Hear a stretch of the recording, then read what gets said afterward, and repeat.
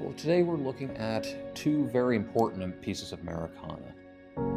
First is the stone copy of the Declaration of Independence.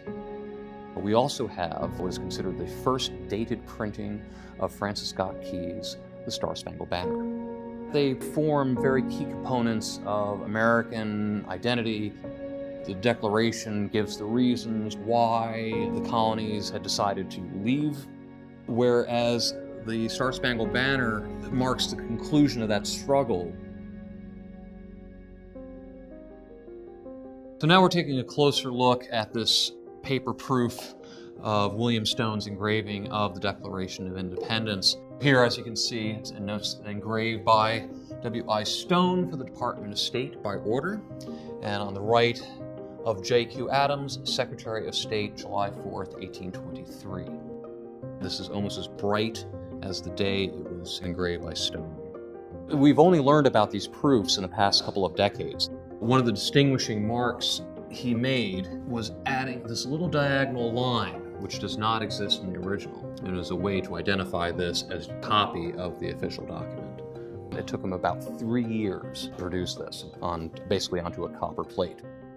This stands as one of the first impressions ever made of the Declaration of Independence. Without this engraving, we would lose so much of the original document.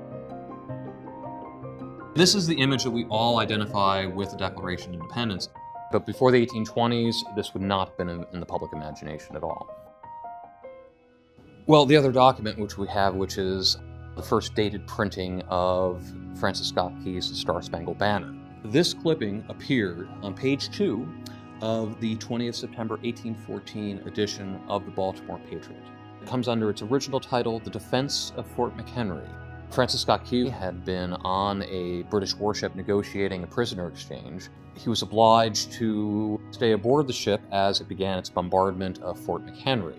Francis Scott Key, who had already written some of the verses aboard the ship, completed a final draft, and the song was quickly printed in handbill form and circulated around the city. And less than a week following the battle, the Baltimore Patriot began printing again, and one of the first things it printed was this song.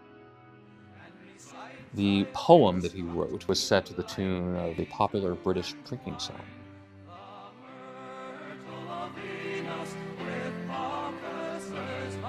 This was found in a scrapbook collected in sometime in the early to mid-19th century, filled with poetry and other memories. Something like this would have been very meaningful to its owner, and also demonstrates the popularity of the song, and also just how ephemeral these things were at the time.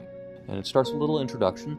The following beautiful and animated effusion, which is destined to long and outlast the occasion, and outlive the impulse which produced it. It's almost a prognostication, a prediction that this song would outlive its original circumstances, which it very much did.